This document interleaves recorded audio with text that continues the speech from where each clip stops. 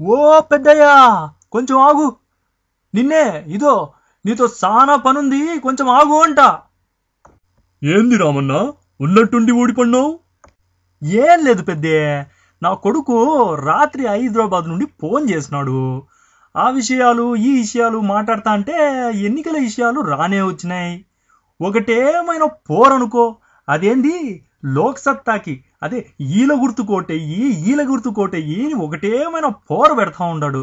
టీవీలో చూసినా గానీ కొత్తోళ్ళు కదా, ఏం చేస్తారో ఏం అర్థం కావడం లేదే. అసలు దీని విషయం ఏంది పెద్దే? రామన్నా, మంచి ప్రశ్న. రా ఇంట కూర్చో. నీకు తెలియాల్సిన మొదటి విషయం ఏంటంటే, లోక్ సత్తా ఈ మధ్య పుట్టిన రాజకీయ పార్టీగా నీకు తెలిసుండొచ్చు. కానీ వీళ్ళు గత 12 ఏళ్లుగా మన ప్రజా సమస్యల మీద పోరాడుతానే ఉన్నారు. ఓ అట్టానా, నేను ఎప్పుడూ ఇన్లేదే. ఏం పోరన్నారబ్బా?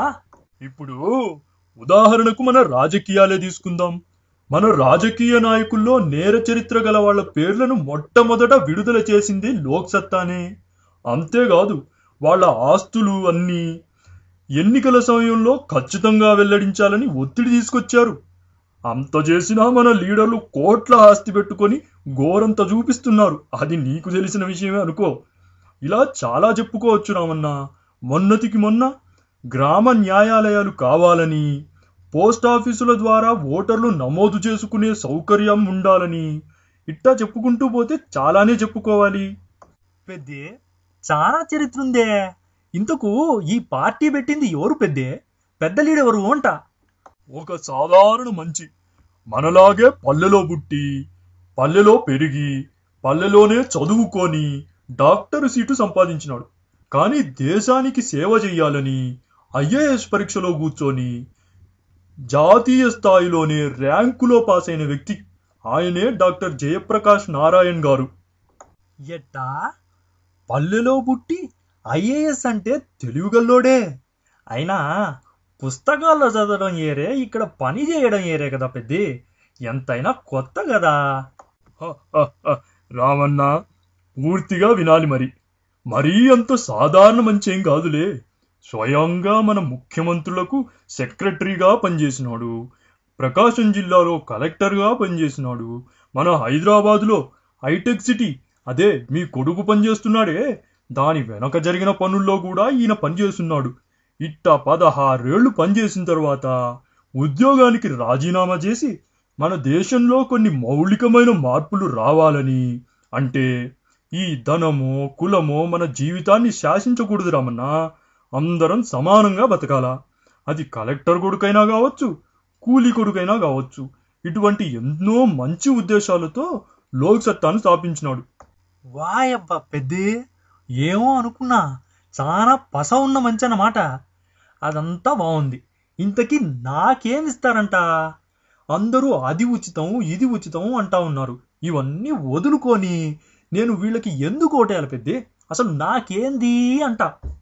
చూడు రామన్నా, అక్కడే నీవు పప్పులో గాలేస్తున్నావు. ఎవ్వరూ ఏది ఉచితంగా ఇవ్వడం లేదు, గుర్తుపెట్టుకో. అదంతా మనం కడుతున్నామే, ఆ పన్ను డబ్బే. ఇప్పుడు నీవే చెప్పు, నీ ఆదాయం 1000 రూపాయలు. 1000 రూపాయలతో తిండి గూడు బట్ట పిల్లల చదువు చూసుకుంటావా? లేక చాలీ చాలని తిండి తింటూ రోజువారీ అవసరాలను పక్కన పెట్టి సోఫా సెట్లు కలర్ టీవీలు అనుకుంటూ హంగు ఆర్భాటాలకు పోతావా? మరీ పెద్ద నువ్వు. ముందు మన పిల్లల భవిష్యత్తే కదా ముఖ్యం. ఆ తర్వాత మన తిండి బట్ట గూడు అంతే. మరి అదే మాట మన లోక్ సత్తా కూడా చెప్తూ ఉంది. రాష్ట్రానికి వచ్చిన ఆదాయం అంతా ఇట్ట ఉచితం ఉచితం అని ఓట్లు దండుకోవటానికో, కేవలం రాజకీయాన్ని వ్యాపారం చేయడానికో ఉపయోగిస్తే ఎట్టా అని. మన ఊర్లో అందరికీ మరుగుదొడ్లే లేకపాయా, సరైన బడి లేదు, ఆసుపత్రి లేదు. ఆ పైన మిగిలిన డబ్బులంతా ఈ కమిషన్లని కాంట్రాక్టులని తినేస్తున్నారు. ఆ డబ్బు సరిగ్గా ఖర్చు పెడితే మనకు బంగారు భవిష్యత్తు ఖాయం అంటున్నారు లోక్ సత్తా వాళ్ళు. అంతేలే పెద్ది, కళ్ళెదురుగా చూస్తా ఉన్నాం కదా. నీవు చెప్పే దాంట్లో వాస్తవం ఉంది. సరే గాని ఖచ్చితంగా ఎవరెవరికి ఏం చేస్తారో క్లుప్తంగా చెప్పు. ఒక్క మాటలో చెప్పాలంటే, ఎవరో ఏదో ఇస్తారని నువ్వు నేను ఎదురు చూడకుండా ఏ ప్రభుత్వం వస్తే ఏం జరుగుతుందో అనే బెంగ లేకుండా మనం మన కాళ్ల మీద నిలబడేట్టు చేస్తారు. పిల్లలకు మంచి ప్రమాణాలున్న చదువు, ఇంగ్లీషు చదువు, కంప్యూటర్ చదువు మన ఊర్లోనే చెప్పిస్తారు.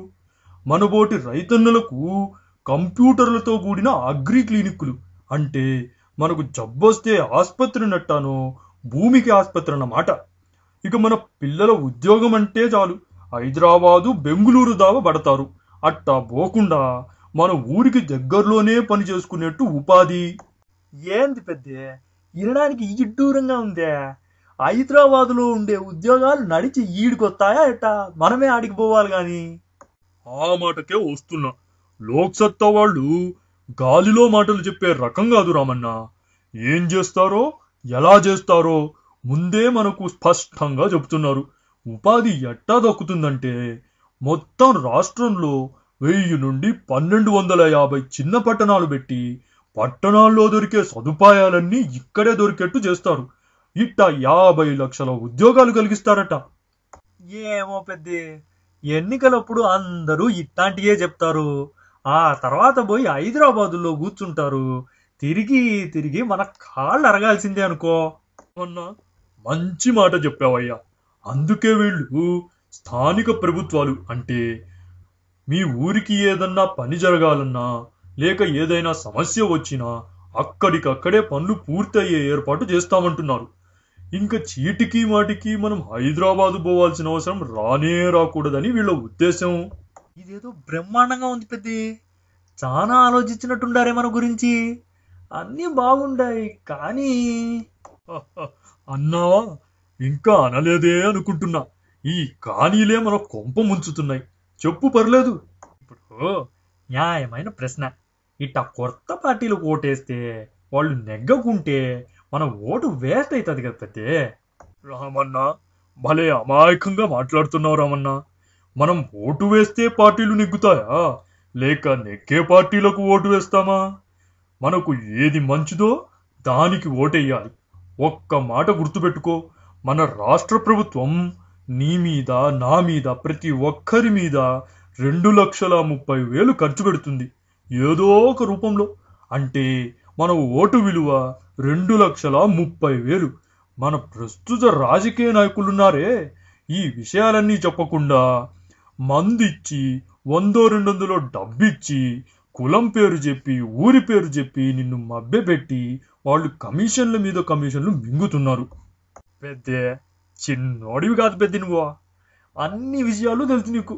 కిలాడి ఒబ్బా. ఇవన్నీ లోక్సత్తా మాటలు రామన్నా. టీవీలో పేపర్లో వస్తూనే ఉన్నాయి. లక్షల మంది జనాల్ని పోగేసి ఆర్భాటం చేస్తే తప్ప మనం చూడమాయే. సరే, ముఖ్యంగా ఈ మాట, వీళ్ళొస్తే మనకు ఇప్పటికే వస్తున్న ఇల్లు కావచ్చు, ఉచిత ఆరోగ్య పథకం కావచ్చు, ఇవన్నీ ఆగిపోతాయా ఎట్టా? ఇప్పుడు ఏ పార్టీ వచ్చినా ప్రజలకు ఏది మంచిదో అది కొనసాగించాలి. అంతేగాని ఆ పార్టీ వాడిది ఈ పార్టీ వాడిది అనుకోకూడదు. లోక్సత్తా వస్తే వీటన్నింటినీ మరింత ఉపయోగపడేట్టుగా మరింత మెరుగ్గా చేస్తుందని మనకు వాగ్దానం చేస్తున్నారు. మళ్ళీ ఉచిత ఆరోగ్యం అంటున్నావు రామన్న.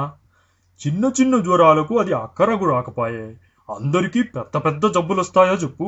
ఆ ఆసుపత్రికి పోతే ఈ ఆసుపత్రి అంటాడు, ఈ ఆసుపత్రికి పోతే ఆ ఆసుపత్రి అంటాడు.